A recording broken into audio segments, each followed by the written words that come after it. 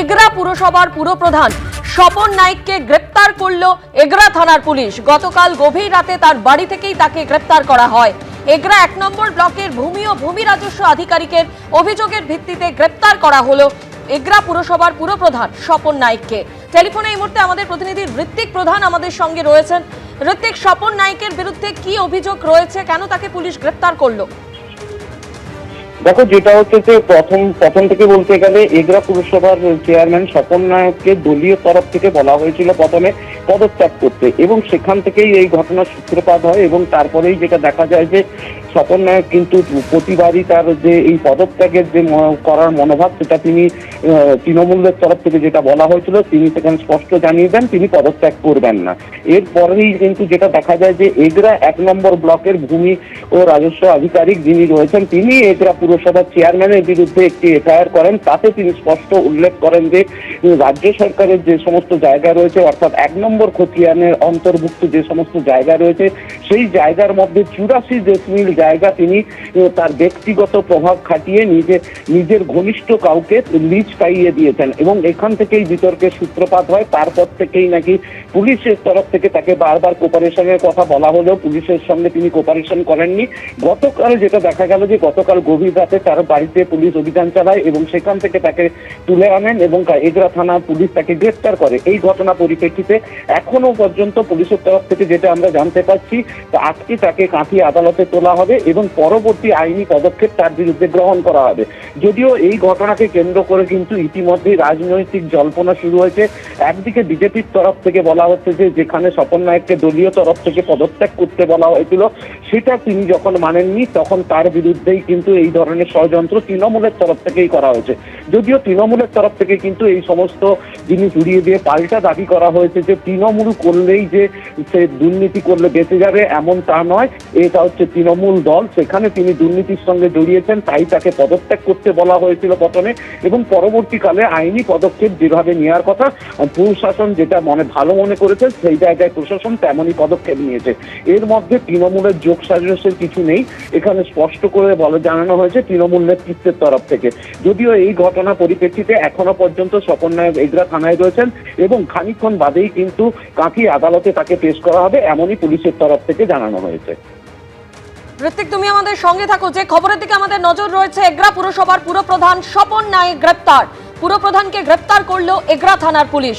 গতকাল গভীর রাতে নিজের বাড়ি থেকেই গ্রেপ্তার করা হয় স্বপন নাইককে। এগরা 1 নম্বর ব্লকের ভূমি ও ভূমি রাজস্ব আধিকারিকের অভিযোগের ভিত্তিতে গ্রেপ্তার। বেআইনিভাবে সরকারি জায়গা ঘনিষ্ঠ একজনকে লিজ পাইয়ে দেবার অভিযোগ। পুরপ্রধান স্বপন নাইকের বিরুদ্ধে টাকা নয় ছয়ের একাধিক অভিযোগও রয়েছে। গত নভেম্বরে পুরপ্রধানের পদ ছাড়তে বলা হয়েছিল স্বপন নাইককে।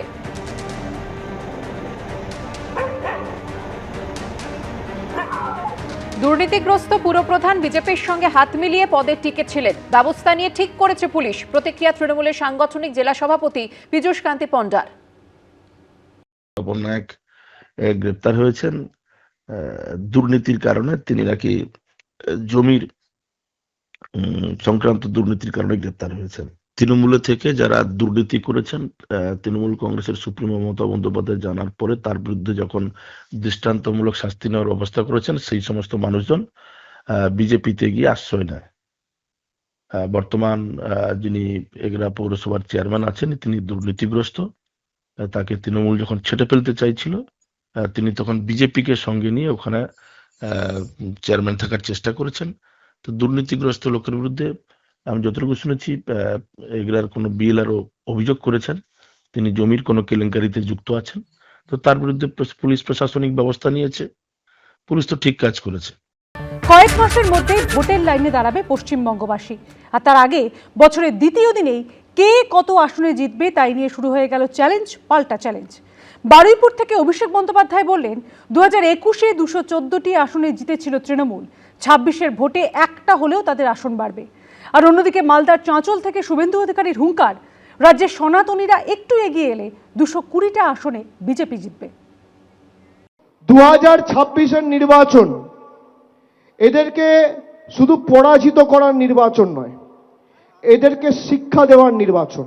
2021-এ তৃণমূল জিতেছিল 214, এবার একটা হলেও আসন বাড়বে।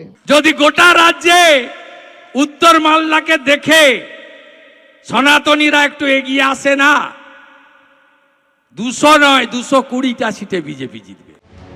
উত্তরে শুভেন্দু অধিকারী, দক্ষিণে অভিষেক বন্দ্যোপাধ্যায়, দুজনেরই রণংদেহী মেজাজ। নতুন বছরের দ্বিতীয় দিনেই কার্যত বেজে গেল বিধানসভা ভোটের প্রচারের বাদ্যি। একদিকে মালদায় বিজেপির পরিবর্তন সংকল্প সভা, অন্যদিকে বারুইপুরে তৃণমূলের রণসংকল্প সভা।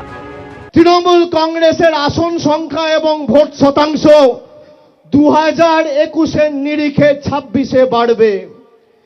2021-এ তৃণমূল জিতেছিল 214, এবার একটা হলেও আসন বাড়বে। আপনাদের কথা দিতে হবে সেই একটা আসন যেন এই দক্ষিণ 24 পরগনা থেকে হয়, কিন্তু একটা বুথেও বিজেপিকে গণতান্ত্রিকভাবে মাথাচাড়া দেওয়ার সুযোগ করা যাবে না। এখান থেকে 50 কিলোমিটার দূরে বিহার সাফ হয়ে গেছে, এবারে বাংলা। যদি গোটা রাজ্যে উত্তর মালদাকে দেখে সনাতনীরা একটু এগিয়ে আসে না, 200 নয় 220টা সিটে বিজেপি জিতবে। বারুইপুরের সভা থেকে 21 থেকে 26 আসন বাড়ানোর পাশাপাশি ভাঙড় জয়ের চ্যালেঞ্জও ছুড়ে দিলেন তৃণমূলের সর্বভারতীয় সভাপতি। এবার ভাঙড় তৃণমূল কংগ্রেসকে জিততে হবে, 31 দক্ষিণ 24 পরগনা করতে হবে। তার জন্য আমাদের যত পরিশ্রম করার করতে হবে। 2021-এর বিধানসভা নির্বাচনে দক্ষিণ 24 পরগনার 31টি আসনের মধ্যে 30টিতেই জয়ী হয় তৃণমূল। একমাত্র ভাঙড় বিধানসভা কেন্দ্রে জয়ী হন আইএসএফ এর নওশাদ সিদ্দিকী। এবার সেই আসনে আইএসএফ এর থেকে ছিনিয়ে নিতে মরিয়া তৃণমূল। 2021 সালে আপনারা অনেক চেয়েছিলেন, পারেননি। 2026 সাল আসছে, সংযুক্ত মোর্চা 2026-এ যাতে তৈরি হয় তার জন্য আমরা চেষ্টা করছি। তারপরেও বলছি, আমরা এই বিগত 4.5 বছরে যা পারফরমেন্স করেছি, রাজ্যের বিভিন্ন প্রান্ত থেকে ভাঙড় উপহার দেবে বিধানসভাকে। অর্থাৎ ডবল ডিজিটের বিধায়ক বিধানসভায় যাবে আইএসএফ এর পক্ষ থেকে। পারলে গণতান্ত্রিক প্রক্রিয়াতে লড়াই আসুন, আমরা আপনাদের চ্যালেঞ্জকে গ্রহণ করছি। বিধানসভা ভোটের আগে শুক্রবার থেকে প্রচারে নামলেন অভিষেক বন্দ্যোপাধ্যায়। চলতি মাসের 19 দিন মোট 26টি জনসভা করার কথা রয়েছে তৃণমূলের সর্বভারতীয় সাধারণ সম্পাদকের, যার শুরুটা এদিন হলো দক্ষিণ 24 পরগনার বারুইপুর থেকে। তৃণমূল কংগ্রেস দলটা বিশুদ্ধ লোহার মতো, যত আপনি অত্যাচার করবেন আর যত আপনি আঘাত করবেন, তৃণমূল কংগ্রেসের কর্মীদের মনোবল তত চাঙ্গা হবে আর দল তত শক্তিশালী হবে। তৃণমূলকে, তার নেত্রীকে মালদার জেলার মানুষ পছন্দ করে না। তার কারণ তৃণমূল মানে হলো চোর। মোদিজি 14 কোটি স্বচ্ছ ভারতে দেশে শৌচালয় বানিয়েছিলেন মা বোনেদের সম্মানের জন্য। এই রাজ্যে 72 লক্ষ শৌচালয় দিয়েছেন, 12,000 টাকা করে ইউনিট পেয়েছেন আপনারা। তৃণমূল পায়খানাও খায়।